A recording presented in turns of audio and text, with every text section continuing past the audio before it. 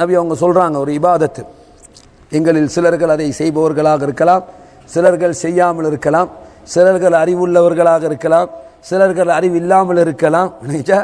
இருந்தாலும் செய்பவர்கள் நாம் கண்டினியூவாக செய்வோம், அறியாதவர்கள் அறிந்து கொள்வோம், பொடுபோக்காக இருப்பவர்கள் தொடர்ந்து நாளாந்தம் செய்வோம். நாளாந்தம் செய்யக்கூடிய ஒரு வணக்கம். விளங்கிச்சா?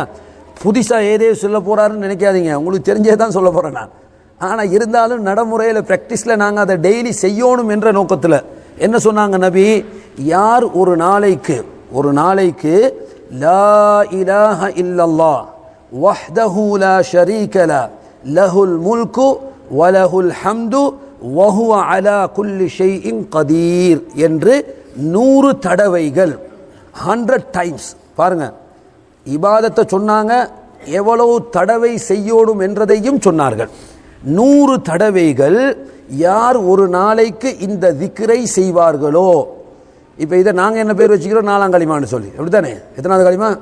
4வது களிமா. 5 களிமா இருக்குதுன்னு சொல்லி இன்றைக்கும் பாடசாலைகளில் படித்து கொடுக்கிறார்கள். இஸ்லாத்தில் இருக்கிறது ஒரு களிமா தானே. என்ன, சக்கராத் ஹாலில் அபூ தாலிப் இருக்கும்போது நபி அவங்க வந்து, என் அருமை சிறிய தந்தையே, நீங்கள் களிமாவை சொல்லுங்கள், அல்லாவிடத்தில் உங்களுக்காக நான் வாதிடுகிறேன்னு சொன்னாங்க தானே. என்ன, 5 களிமாவைக்கு 5 ஒன்றொண்டா சொல்கிறேன்னு சொல்லுங்கன்னு சொன்னாங்க. கூலு லா இலாஹ இல்லல்லாஹ், லா இலாஹ இல்லல்லாஹ் என்று சொல்லுங்கள். ஒரு யூத சிறுவன் நபி அவங்களுக்கு ஹிதுமத் செய்தவர், ஆளை காணல, வீட்டுக்கு போனாங்க, மரணப்படுக்கையில் இருக்கிறார். என்ன சொன்னாங்க, கலிமாவை சொல்லுங்கன்னு சொன்னாங்க. வாப்பாவை பார்க்கிறாரு, வாப்பா சொல்றாரு, அத்தி அபல் காசிம், காசிமுடைய தந்தைக்கு நீங்கள் கட்டுப்படுங்கள், முகமது நபியை ஏற்றுக்கொள்ளுங்கன்னு சொல்றாங்க. உடனே கலிமாவை என்ன செய்தார்கள், சொல்லி கொடுத்தார்கள். சகோதரர்களே, சக்கராத்து நேரத்தில் அழிவுக்கு ஆளான ஃபிரௌன் கூட சென்னது இந்த கலிமா மட்டும்தான். ஃபிரௌன் கலிமா சொன்னானா இல்லையா? ஃபிரௌன் கலிமா சொன்னானா இல்லையா? எப்போ சொன்னான்? எப்போ சொன்னான்? அதாவது கடல் பிளந்துட்டு மூசா நபியை விரட்டிட்டு வந்த நேரத்தில் கடல் பிளந்ததா இல்லையா? 12 பாதைகளாக கடல் பிறக்குது. சகோதரர்களே, இது அதிசயமா இல்லையா? அதிசயம். இப்போ சுனாமி அடித்த நேரத்தில் எல்லாரும் கடலுக்கு இப்போ நேற்று கூட முந்தநாத்து அவரோட பேச சொன்னார், இப்படி கடல் பொங்குதுன்னு சொன்னதோட அவர் கடையில் இருந்தாராம். உடனே கடையை பூட்டினேன்றாரு. என்னத்துக்கு? பார்க்க போகிறதுக்குண்டார். சுப்ஹானல்லாஹ் சொன்னார். நான் ஏன் கடையை பூட்டினேன் தெரியுமா? பார்க்க போகிறதுக்கு. என்ன, கடல் விற்றோ ஆகிவிட்டது, தரை விளங்கக்கூடிய அளவுக்கு. சில சகோதரர் சொல்கிறாங்க, எத்தனையோ ஆண்டுகளுக்கு முன்னால் தாளப்பட்ட கப்பல்கள் கூட கண்டதா சொல்கிறாங்க. அல்லாஹு ஆலம், தெரியாது. சரி, கடல் என்ன செய்தது, தரையிலிருந்து பின்னை நோக்கி போனது. உடனே பெரிய அதிசயம் என்ன செஞ்சாங்க, அதிசயமா நடந்துச்சு.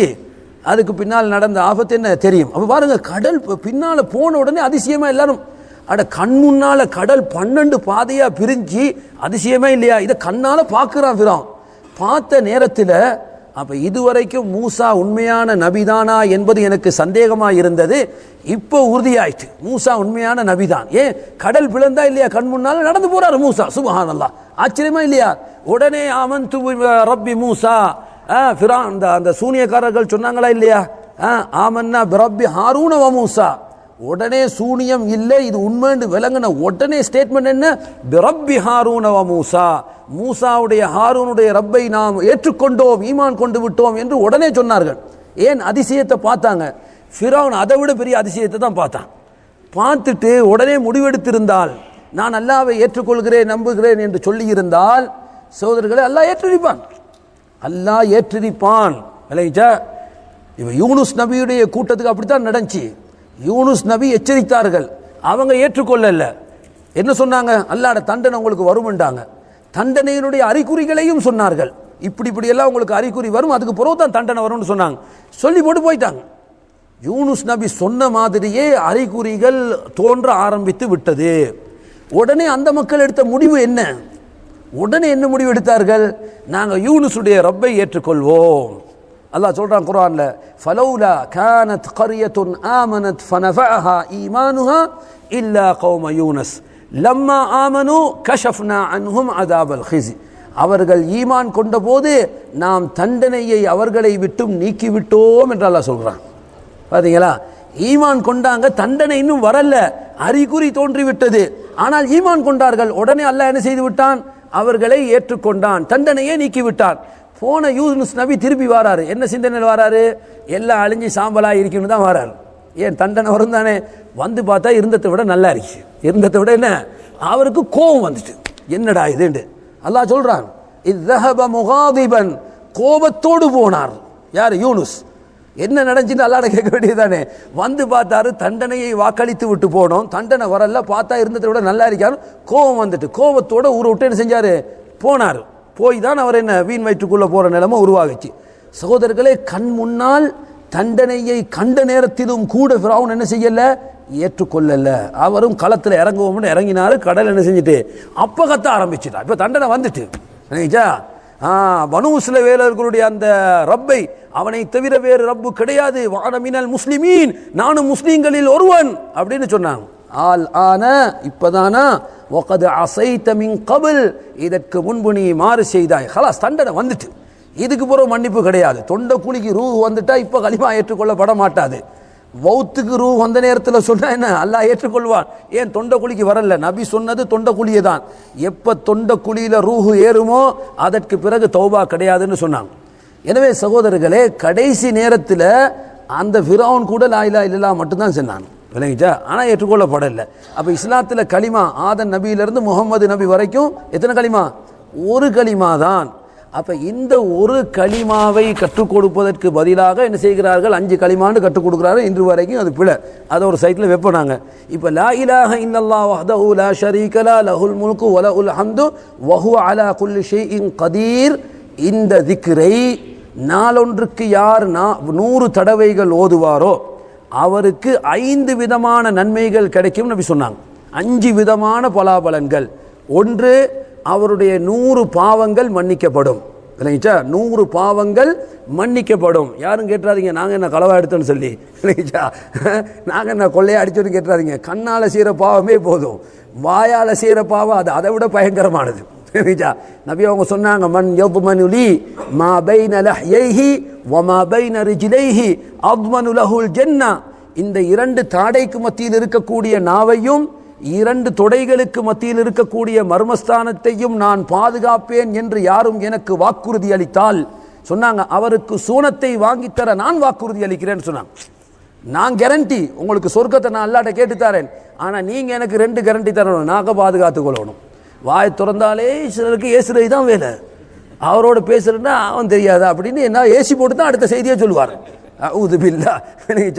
அப்ப சகோதரர்களே, நாவு இது பெரிய அபாயகரமான என்ன ஒரு உறுப்பு. அதனால தானே சொல்றாங்க, ஒவ்வொரு காலையிலும் ஏனைய உறுப்புகள் நாவை பார்த்து சொல்லுதான், ப்ளீஸ் தயவு செய்து கொஞ்சம் அமைதியாக இருங்க.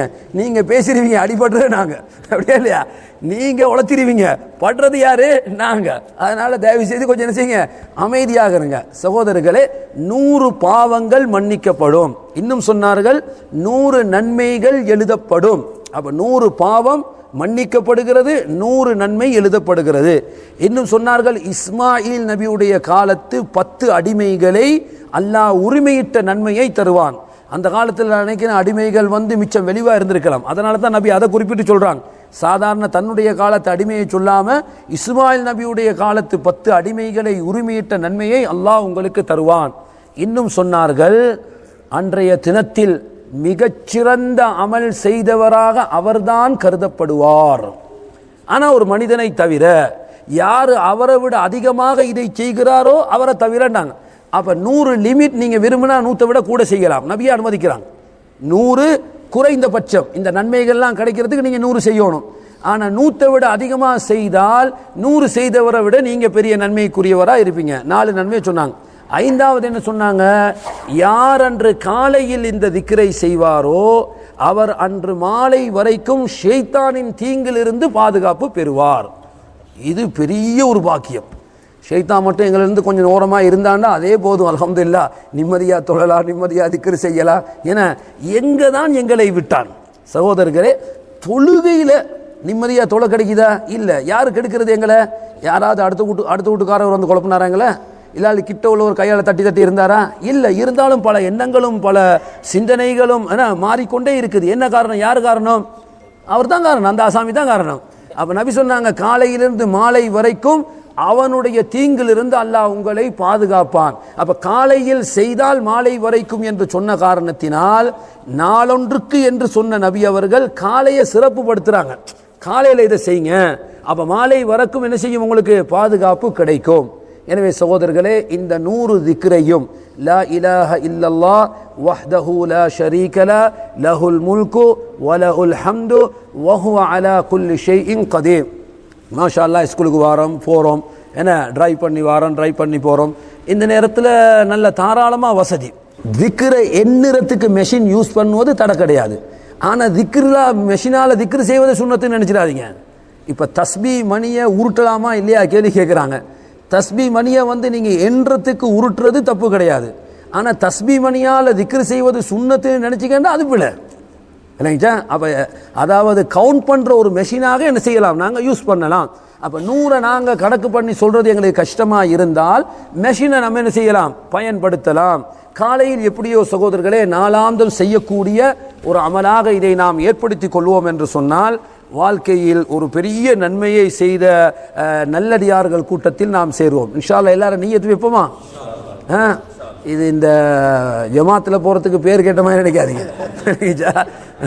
சில சௌரம் பேர் கொடுத்து கொண்டே இருப்பாங்க. புஸ்தகத்தை பார்த்தீங்கன்னா பேர் நிறைய இருக்கு அவர்கிட்ட, ஆனால் ஒரு நாள் போனதில்லை. அப்படி அல்ல, உறுதியான எண்ணம் நீயத்து அல்லாஹ்வுக்காக என்று நாம் நீயத்து வைப்போம் என்று சொன்னால் சகோதரர்களே அல்லாஹ் தௌஃபீக் செய்வான். அல்லா இடத்துல துவா கேளுங்க, அமல் செய்யறதுக்கு இந்த பாக்கியத்தை அல்லாஹ் என்ன செய்யணும், நமக்கு தரணும். இது மிகச்சிறந்த ஒரு திக்ர். நபி அவர்கள் ஒரு நாளைக்கு 100 விடுத்தம் செய்யுங்கள். இதையோடு சேர்த்து நீங்க செய்யறதா இருந்தால் சுப்ஹானல்லாஹ் வ பிஹம்திஹி என்று ஒரு திக்ர் இருக்குது. அதையும் 100 விடுத்தம் காலையிலும் மாலையிலும் செய்ய சொல்லி ஹதீஸ் வருவது. யார் 100 விடுத்தம் காலையில் சுப்ஹானல்லாஹ் பிஹம்திஹி மாலையில் சுப்ஹானல்லாஹ் பிஹம்திஹி என்று சொல்லுவாரோ அவர்தான் அன்றைய தினத்தில் சிறந்த நன்மை செய்தவர் என்று அந்த ஹதீஸுக்கு அப்படி சிறப்பு வருது. இன்னும் ஒரு ஹதீஸ் சொன்னாங்க, யார் ஒரு நாளைக்கு 100 விடுத்தம் சுப்ஹானல்லாஹ் வ பிஹம்திஹி என்று சொல்லுவாரோ கடல் நுரைகள் போன்று அவருக்கு பாவம் இருந்தாலும் அவைகள் மன்னிக்கப்படும் என்று சொன்னாங்க. எங்களுக்கு தெரியும் புகாரியினுடைய கடைசி ஹதீஸ் என்ன, சுப்ஹானல்லாஹி வ பிஹம்திஹி சுப்ஹானல்லாஹில் அதீம். இந்த திக்ருக்கு நபி அளவு சொல்லல, நேரம் சொல்லல, விரும்பின மாதிரி என்ன செய்யலாம் சகோதரர்களே, நாங்கள் பழக்கிட்டோன்னு வைங்க, திக்ரு செய்து செய்து செய்து இந்த நாவை நாம் பழக்கி விட்டோம் என்று சொன்னால் சில சமயத்தில் எங்களுக்கு தெரியாமலேயே அதை என்ன செய்யும், அது திக்ரு செய்யும். ஏன், நாக்குக்கு அது பழக்கமாயிட்டு. கலிமத்தான், 2 வார்த்தைகள் தான் நாவுக்கு மிகவும் இலகுவானது என்று சொன்னார்கள். மீசான் திராசில் கனமானது, அல்லாஹ்வுக்கு மிக விருப்பமானது. என்னது, சுப்ஹானல்லாஹி பிஹம்திஹி சுப்ஹானல்லாஹில் அதீம். எனவே அமலுக்கு நன்மைக்கு இஸ்லாத்தில் பஞ்சம் கிடையாது. தாராளமாக நபி அவர்கள் எங்களுக்கு காட்டி தந்திருக்கிறார்கள். நாம் எதையும் புதிதாக உருவாக்க வேண்டிய எந்த தேவையும் எங்களுக்கு கிடையாது. எந்த ஒரு அமல் சமுதாயத்தில் நடப்பதாக இருந்தாலும் சகோதரர்களே அதை செய்வதற்கு முன்னால் அல்லாஹ்வுடைய ரசூல் இதை காண்பித்து தந்தார்களா இல்லையா என்பதை ஊர்ஜிதம் செய்து கொள்ளுங்கள். கேட்டவைகளை கொண்டு அமல் செய்வதற்கு அல்லாஹு தஆலா எங்களுக்கு அருள் பாலிப்பானாக. சுப்ஹானக்கல்லாஹும்ம வ பிஹம்திக அஷ்ஹது அல்லா இலாஹ இல்லா அன்த அஸ்தக்ஃபிருக வ அதூபு இலைக்.